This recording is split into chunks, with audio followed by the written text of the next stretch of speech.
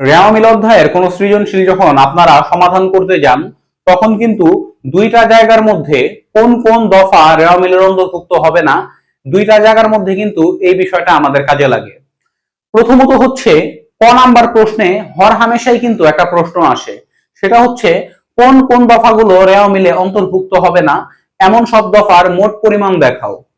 কোন কোন দফাগুলো রেওয়া মিলের অন্তর্ভুক্ত হবে না, এমন দফাগুলোর মোট পরিমাণ দেখাও।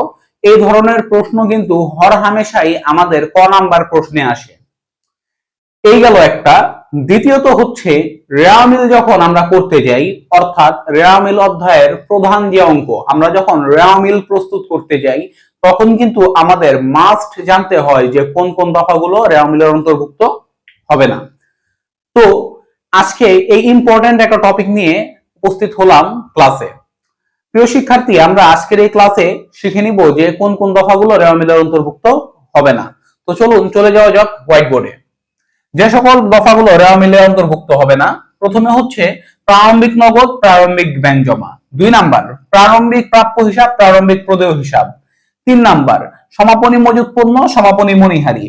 সর্বশেষ এবং 4 নাম্বার যাবতীয় সন্দেহজনক বা সম্ভাব্য হিসাব, যাবতীয় সন্দেহজনক বা সম্ভাব্য হিসাব। এই দফাগুলো কি হবে না, রেওয়া মিলের অন্তর্ভুক্ত হবে না। এখন এটাকে আমরা সহজে মনে রাখবো কিভাবে? অনেকে প্রশ্ন করতে পারেন যে স্যার এটাকে আমরা একটু সহজে মনে রাখবো কিভাবে? আমি একটু ছন্দ আকারে সাজিয়ে দিই আপনাদের। দেখেন, আপনারা কিন্তু খুব সহজে একটা প্যাটার্ন ফলো করে মনে রাখতে পারেন। প্রারম্ভিক নগদ, প্রারম্ভিক ব্যাংক জমা গেল। পরে কি? প্রারম্ভিক প্রাপ্য হিসাব, প্রারম্ভিক প্রদেয় হিসাব। ঠিক আছে? তো এই দুইটাকে কিন্তু একটা সেট করা যেতে পারে। প্রারম্ভিক নগদ, প্রারম্ভিক ব্যাংক জমা, প্রারম্ভিক প্রাপ্য হিসাব, প্রারম্ভিক প্রদেয় হিসাব। এটাকে কিন্তু আমরা সিঙ্গেল রাখতে পারি এবং এটাকে কিন্তু আমরা কি রাখতে পারি? সিঙ্গেল রাখতে পারি। অর্থাৎ তারপরে কি? সমাপনী মজুত পণ্য, সমাপনী মণিহারি। তারপরে কি? সর্বশেষ যাবতীয় সন্দেহজনক বা সম্ভাব্য হিসাব। এইভাবে কিন্তু আমরা খুব সহজে মনে রাখতে পারি। অর্থাৎ প্রারম্ভিক গুলোকে নিয়ে আমরা একটা সেট বানাবো, সমাপনীকে রাখবো সিঙ্গেল এবং এই সম্ভাব্যকে রাখবো কি? সিঙ্গেল। ওকে, এভাবে কিন্তু খুব সহজে শেখা যায়।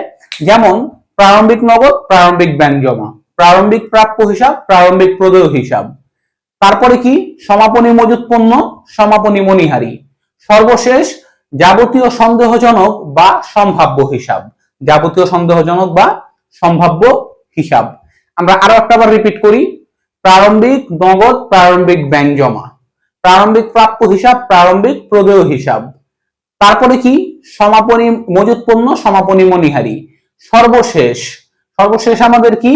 যাবতীয় সন্দেহজনক হিসাব বা সম্ভাব্য হিসাব। এইভাবে কিন্তু আমরা খুব সহজেই মেমোরাইজ করে ফেলতে পারি কোন কোন দফাগুলো রেওয়া মিলের অন্তর্ভুক্ত হবে না। এই জন্য আমরা কি কোন প্রসিডিউর ফলো করব? এই প্রারম্ভিক গুলোকে একসাথে রাখবো, এই সমাপনীটাকে সিঙ্গেল রাখবো এবং সম্ভাব্যকে সিঙ্গেল রাখবো। তো প্রিয় শিক্ষার্থী বন্ধুরা, এই দফাগুলোই কি হয় না? রেওয়া মিলের অন্তর্ভুক্ত হয় না। আশা করছি আজকের এই ক্লাসে আমরা খুব সুন্দরভাবে শিখে নিলাম যে কোন কোন দফাগুলো রেওয়া মিলের অন্তর্ভুক্ত হয় না। খুব শীঘ্রই দেখা হচ্ছে নতুন একটি ক্লাসে। আজকের মতো ইজি কমার্স একাডেমির পক্ষ থেকে বিদায় নিচ্ছি। আমি তৌহিদুল ইসলাম নীরব।